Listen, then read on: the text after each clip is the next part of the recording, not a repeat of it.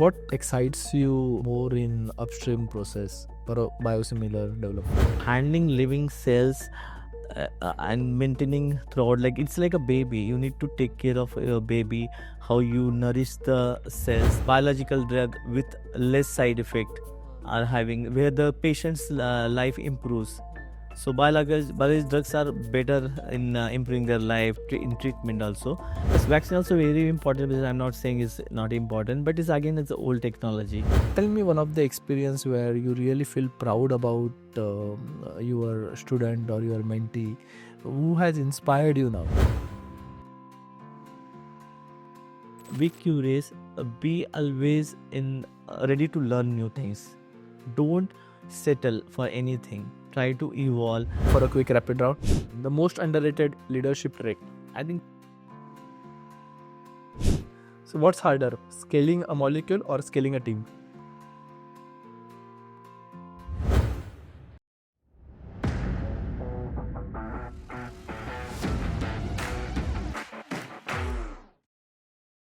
Mukesh, welcome to Pharma Now. First of all, thanks a lot for your time. I know your sessions are going on, and from that busy schedule, you are coming here and be ready. You are ready to share your journey and leadership lessons with us. So thanks for that first. So I think I really wanted to start this interview because I have seen your journey, 2 decades of journey in a particularly upstream process, right? I think you are one of the expert in industry who has the particular expertise in upstream and MSAT, correct? And you have spent a decade's time with Biocon kind of company. So, and you also origin from a very small town in Maharashtra, yes. right? So it's a journey is really inspiring. So why don't you share it from the start? Did you plan in this way? You wanted to get into a biopharma area when you were childhood, or what is the story? Yes, this was not very planned, because when I was studying in my high school or like 12, yes, I was not decided I will go into the biotech, and like I'm passionate about this research and development. So yes, this is accidentally that time. I don't think so. I was having any mentor to guide. Okay, this field is good, that field is good. That time, mostly people used to see if you are going for engineering or medical, then you are a good student. So till 12th, I feel I was not very good student. I was not having that passion or motivated towards study. I was good at studies, but not motivated or having any goal. But I think after 12, something changed in my mind, or my mindset changed, where I decided now I am to focus into the studies. So yes, my 12th marks were not that great to get into the engineering or medical. So yes, the next option was to go to the science graduation, which is BSc. So I got into the good college like Rajashri Shahu Mahavidyalaya, Latur, which is a very famous for Latur pattern. So that's what I got into that. And from there, my real journey started towards academics. Because till 12th, I was not very good student. Even my parents were not having hope on me that he will do or something good, because if they see my sister and brother, they were good at studies. I was good in studies, but somehow I was not able to focus. So focus was lacking during my childhood. So once I entered into the Shahu College, somehow I think there the teachers, professors somehow motivated me, and I started focus. And by that, I think if you see my marks change, I started become like top of the class. Like I started getting good marks in chemistry. You got a trigger point. Trigger point. Something changed. So suddenly I was very competitive, and I was getting good marks in all these subjects. That way, I got very good in my graduation with like my subjects were like microbiology, chemistry, analytic chemistry. So when I enter the college, I'll say I don't know, but when I enter, my first question to that professor or some like guidance people, what is this? Which stream will help me to get the job? So when I entered into college, my aim was to get the job after my graduation. So that way, I think I entered into science, where my focus started on chemistry, microbiology. I become a studious student, become the top of the class. And then after graduation, my teachers, professor, everybody encouraged me to go for masters. So that's what I entered into the MSE Biotechnology in Nanded University, Vishnupuri, the campus. So I got more than 70%. And I don't know, I think in South India, if you they say 70 marks, they looks like less. But I think in Maharashtra University, getting 70 is challenging actually. Yes. So 70% person is a like university topper. Correct. So that's what like I entered into my MSc Biotechnology. And that time, if you see like 20 years back, there's a boom that biotechnology is a new stream where you'll have more jobs into biotechnology. This is a combination of science like biology and technology. So you'll have more. Even I was very good student in chemistry. I used to get 100 out of 100 marks in chemistry. But somehow I felt chemistry is a old stream and competition is more. So that way I chose biotechnology. I think that time biotechnology and electronics telecommunication, Yes. these two streams were in boom. I don't know why, but Yeah. they were in boom. So nobody was in like guidance. Somebody told me, and also I just went with the flow. I feel like my destiny was or my I just went with the flow. There was no guidance. There was nothing like from my you see my family background. My parents were not that educated. They were just support you. Just do whatever you feel. Correct. And if so, they were okay to study me further. So that's what I got into the university, and I'm the university topper, like biotechnology. Wow. So I wanted to mention special here that no matter how you start, but Right. you will change if some trigger is there. Correct. So one average students get the university topper was the surprise for everyone in my relatives, my neighbors. So that way, on my well, I'm just saying ki if I see with my sibling, they were always good. So there was no appreciation. But one average student get into the university topper was, I think, very surprise for family. My parent, particularly my father, was so happy when the university topper he came to me. So yeah, I want to just cherish this moment that yes, I made my parents proud with my studies. Nice. So that's what I entered into college, then completed my masters. So that's what my education background completely happened in Maharashtra. I was not at all uh, exposed to any even other state. Till my masters, I was within the Maharashtra zone only. Even for like not as a traveling also I went to any South India because that time our family background or like Ganesha was not that we used to go for family vacations like I that. think 15, 20 years back, there was no such a trend also. Yes, people are traveling here and there. Nowadays, like every Saturday, Sunday also people travels. So now that's feel like everybody want to explore, travel. So people are focusing on that like journey or making memories for life with a family particularly. Making reels. Reels, yes, yes, digital is transfer completely. So yes, that. And if you like after MSc, how I end up into the this research and development. Yeah, So exactly. what happened? Like after my masters, there was no campus that time. So yes, I became the university topper, everything. But what was next? So there was no campus for the like that time for biotechnology or any of only engineering people used to have a campus. So real struggle started from there. So I went to Pune because Pune was the nearest, and that time there were few companies at Pune. So I started literally going to each and every company and putting my resume. That time there was no digital was there, email and all, but mostly people used to say. So I started contacting most of the known people in the industry. So somehow, like initial 3 4 months, I was not getting any word, but Going door to door. door to door. Literally, I went door to door each and every I listed down what are the companies that were, small to small like Midcon, some biotech small company was there like incubator center kind. I went there also. So my purpose that time was only to get into some job, Correct. even as low as salary, no worries, but I wanted to get into some experience. So, but yes, I was lucky enough, unfortunately enough, to get my first job into the NCL, which is one of the CSI, like top CSI lab, National Chemical Laboratory. And that also like I want to thank to my one of professor like graduation professor from Latur, Dr. Birazdar. So one of his friend was working in NCL, so that way I at least got to know someone from NCL. So that way I was able to enter into the NCL campus. So that I always want to thank or grateful to the Dr. Birazdar sir for giving me that reference. And there Dr. Jogdan was there. He was a scientist in NCL. So somehow I got into the NCL. Then luckily there was an advertisement for project assistant, contract basis, 6 month, 2 month, 6 month or 1 year kind of thing. So somehow one advertisement was there. So I went there, I applied. By the grace of God, I see sometime I got into the NCL. That was the first break I got Correct. for my career, and I'm always grateful to NCL because even that time I remember first my stipend, they're not salary, stipend was 5,500. So I was so happy that I got into some job. So even you are topper no matter what, but in bioscience or biopharma particularly, getting your first break is very challenging, Yeah. particularly into the good institute like NCL.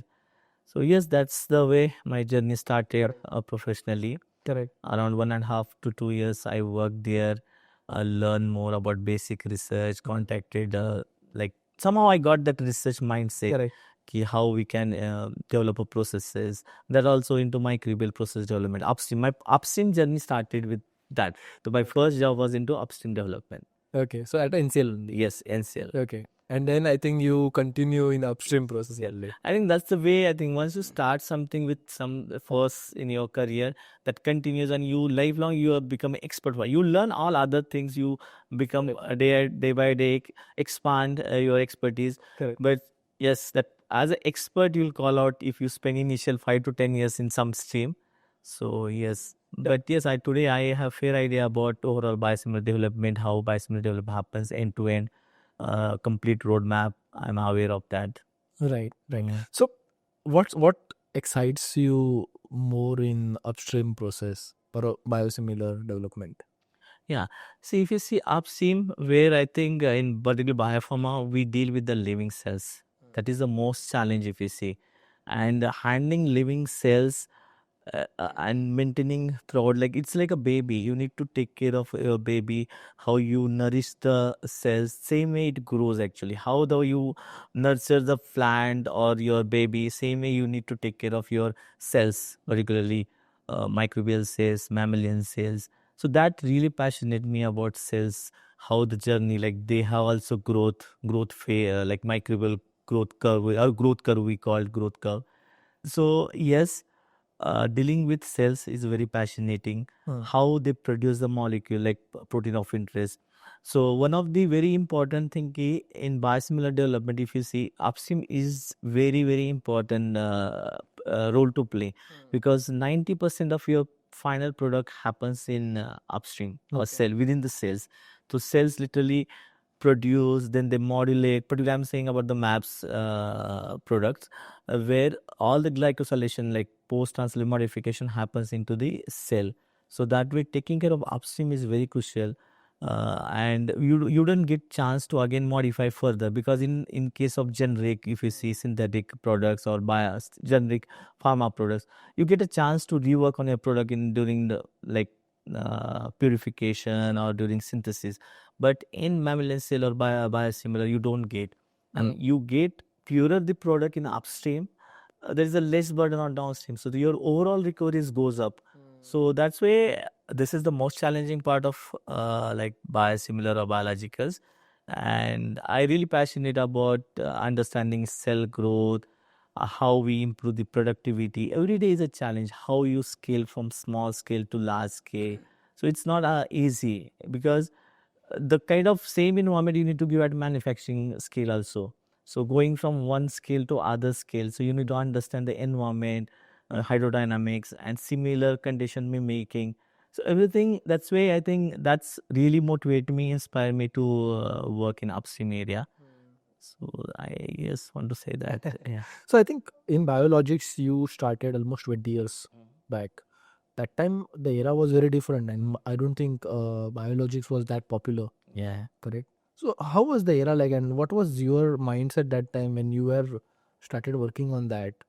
Right. So what was your thinking? Yeah.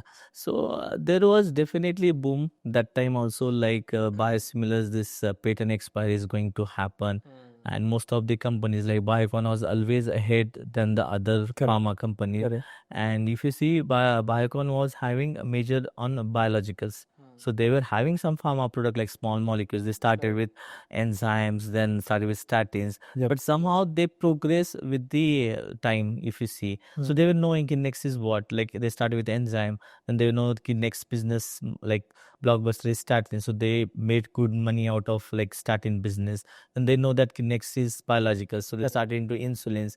then maps. So that way somehow uh, I was aware that biologic is going to be future, because if you see the kind of efficiencies biological drug with less side effect are having, where the patient's life improves. So biological drugs are better in improving their life in treatment also. So yes, and considering today's day, like yeah, like the kind of diseases increasing, particularly in oncology space, immunology space, diabetes.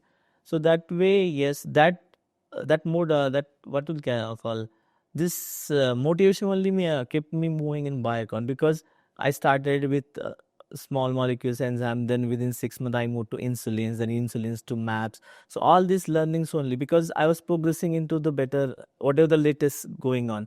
So that's what kept me motivated. Biological is going to be next. Now, if you everybody is talking about biosimilars. In another few years, by 2030, we'll have more than 30 biosimilars patents to expire, and affordability is the key. So yeah, with that intention only, I think somehow I was no, and by the grace of God, or like I was fortunate, I started with biological. So there was no moving back. Yes, in between some vaccine opportunities came to me, like see other few companies, but most of the my mentors suggested yes, vaccine also very important. Because I'm not saying it's not important, but it's again it's old technology. Vaccine is there from very long. In that also we are having new technologies, but biosimilar is the next boom, or like going to be a next era for in biopharma. So that's way somehow my mentors help me to grow or continue the same thing. Correct. And yeah. So what is the toughest molecule you created Upstream for? Yes. So right now I'm working on this fusion protein. If you see, so fusion protein and monoclonal antibodies are they tough because you deal with the mammalian cell culture.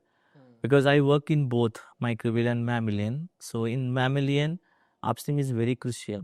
If I see microbial, yes, we are not producing the final. Some precursor product is like getting produced, and you have chances to modify that. But when I moved like along with insulins or like microbial to map, so there I see the cell culture is very sensitive to any like small changes in the media or trace element completely uh, like changes your profile, your growth profile, your product quality profile. So that way I feel working on monoclonal antibodies and fusion proteins, even fusion proteins is much challenging compared to the molecular antibodies. So where you need to understand all the parameters of your either your media feed, all the physical parameters, your scale down model qualification, or understanding the manufacturing. So yes, this is the most, I think, monoclonal antibody. I don't want to mention any name, but fusion protein and monoclonal antibodies are challenging to develop or get the same quality as the biosimilar. So yes, matching the product quality at upstream is the most challenging, and maintaining the parameters, understanding the cell growth, metabolism. So that's is fascinating also. Correct. Very fascinating. Correct. So in this process right now in Upstream or in a whole biologics development, what do you think? What is the impact of the digitalization, and is it making your life easy? Of course, this AI and machine learning is very important. I see because of this, our life is getting easy. We are able to fasten our process, particularly research and development. We are able to speed up and fasten because with the help of statistical tool, data analysis tool, we are able to reduce number of experiments, and with the less experiment we are able to conclude our parameters or finalize our process. In drug discovery we are able to minimize, I think screening is so fast now because of that, because you are feeding all the old data, or you're learning everything, and based on that it's giving you the prediction model. So that way definitely it is reducing your time, and today's date if you are not learning the AI, definitely you'll be replaced with those who are using. That way, a simple way I want to say that. Correct.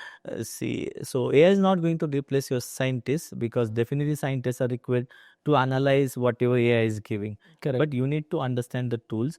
So yes, we are using all these pad tools, AI tools, all these machine learning, where we are putting all our raw data and understanding how the process is going. And on third day, we are predicting what is going to happen on 10th day. So today, only because of, I think, pad tools, AI, it's possible. And continuously we are evolving. And if I see 15-year back, the how we used to run the like research and development, how much time used to take to finalize the process. Today it is much faster because of QBD approach. We have high throughput equipments like parallel bioreactor, where we are running 24 bioreactors, so that you are speeding up. Instead of putting like 1 liter, 10 liter, you are having 15 ml bioreactors, 250 ml bioreactors. So technology has evolved with innovation and made every scientist's life is easy. So that way, yes, we have improved significantly over the years. If I see, What's your approach while adopting these AI tools or maybe any technology tools? yeah, so because when like where I worked, mostly my companies were progressive all the times. They were progressive with at times. So we adopted new technology. We got trained ourselves, like as simple as like statistic data analysis tools. So we started using. Then AI is same, like some programs, machine learning. We need to feed like Simca is there. There are some softwares. So that way, yes, company always motivated or promoted new techniques, and with the time we learn, we progress, we evolve, and we adopted latest technology. That's what I think. If you want to grow in your like career or in any company, you need to adapt to tech. You can't be back dated or back what we call, yes, Or you cannot be afraid of this adopting to, technology, yes, adopting yes, these technologies. yes. So you always need to be ahead of the curve. Yes, exactly. Ahead of, and always upgrade yourself with Correct. asset. Even I been like when I realized the statistic and this data is very important. So I enroll for the statistic course, where we can every Saturday Sunday I used to go almost like 40-50 kilometer to ISI Institute, Indian Institute of Statistics, to learn data analysis. Oh, really? Yes. So I upgraded myself. Then this Lean Sigma, Six Sigma Green Belt. Correct. So Correct. that way, how we can reduce this failures. How can you be better? How can we improve the productivity? Yeah. That's really wonderful. So I think you being a good student nowadays, still like though you become a leader, but you are always a student and you are ready to adopt the new technology. I think that must be the secret of your success. Yeah. Yeah. So I think in this journey of now being a leader, you must have mentored hundreds of researchers or juniors. You must have taught them how to do the upstream process to the various phases of development. Uh, Tell me one of the experience where you really feel proud about your student or your mentee, who has inspired you now or who has surprised you.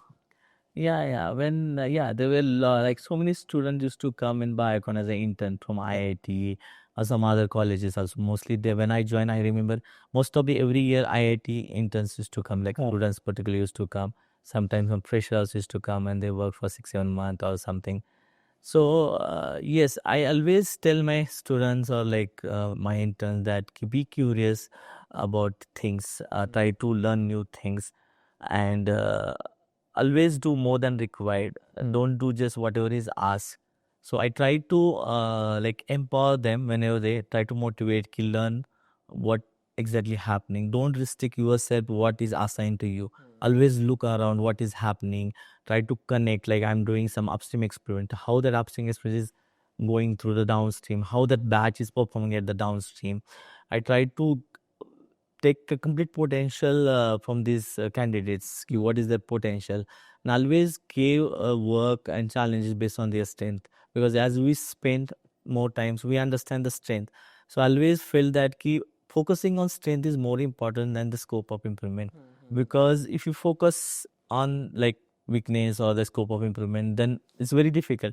But if you understand this person is so curious, or his hands-on is very good, or he's is doing more than required. So that way I try to say, this is your strength, what I have, so you work on that. So there was some, I think, realized when after BTech they came, then I said, "Ki, no, no, I think you have very bright, so you should go for your masters."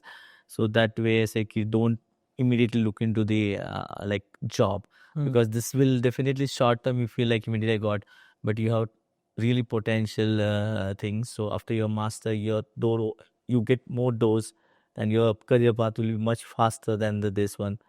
So that way, yes. And there was, I think, few students I still remember. They worked for few years, and then they around 2 years they worked. And they took the experience and they went to USA for MS.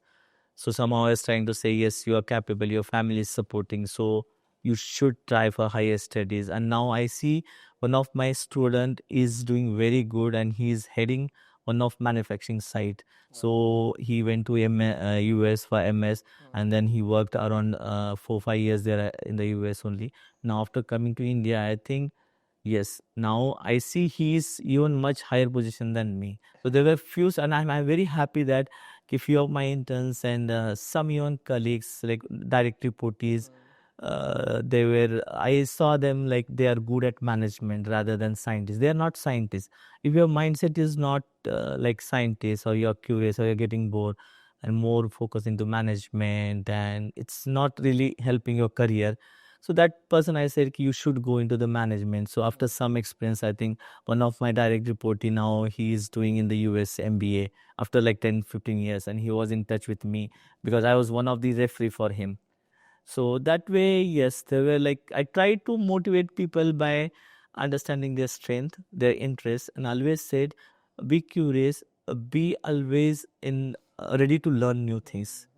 Don't settle for anything. Try to evolve. And one of the very important, like interpersonal skill, focus on your interpersonal skill, because sometimes people, how people perceive you matters. If you're working in an industry, so your like communication is very important, how your vibe is very important. If you talk to people, you should feel positive. So sometimes, some I have seen some, like they're in like always argument, man, not happy all the time, say something happened, this is not right, that is not, always complaining. So I try to give the perspective, like see the positive side. Everyone is having something good thing to learn from them, or take positive. Always focus on positive side rather than negative. If you start looking only negative, you'll see only negative things. So yes, I'm still touch with most of people. There were so many like my students, interns. Even I went to few of university also, or college, to give talk. There also I met so many people. So still people are in connect whenever they have some doubt with career, like what to do next and all. So I try to do in my best capacity. That's really wonderful. So finally, I would also like to understand, in your perspective or in your view, what are the upcoming trends in biopharma? Yes. So now, if you see, yes, everybody is talking about biosimilars because most of the like patents are getting expiry. But along with biosimilar, because what is happening now, every company is working. All pharma companies are turning into biopharma. But next, if you see cell gene therapy, where you are precision medicine, you are going from affordability to precision medicine. Correct. So where gene therapy is there, and then there are at least some gene where you modulate the patient-specific treatment is Correct. happening. So it's Personal. called as personalized treatment. Yeah. So it's right now it's very costly. Everyone is not going to afford. But even Dr. Reddy's, we have cell and gene therapy. And the biological only, we have one more function there, which is in Bangalore now, not in Hyderabad. So that is coming. So I think this is trend moving. Yes, till that you are saying the generic that is affordable. This now we are moving to biological drugs which are more efficacious with less side effects. Now we are going to precision treatment where it's patient specific, and we have now bi-specific curving where one drug will have two indications, like two treatments. So Okay. two bi-specific means, I think you have antibody also, fusion protein also, that of kind of like combination of two functional groups. So bi-specific is trending, but this is going to take time, like how we move from generics to like biosimilar. Biosimilar. Same way, I think day by day. Now I don't think so gene therapy everybody will afford, but definitely, but the higher class people here are going to afford. And I think there are some good startups who are doing really good in this. So in Mumbai also, in Hyderabad, in Bangalore also, there are really interesting initiatives which are going on around this. Yeah. In Bangalore, this Kiran ma'am's like Emmanuel also is there. I think she's funding that. There are also Emmanuel. There are so many other companies today also there's so many talk. But yes, this is now early stage. Still, like I think in India particularly, we are yet to demonstrate. But right now, I think for some year, definitely biosimilar boom will be there. Correct.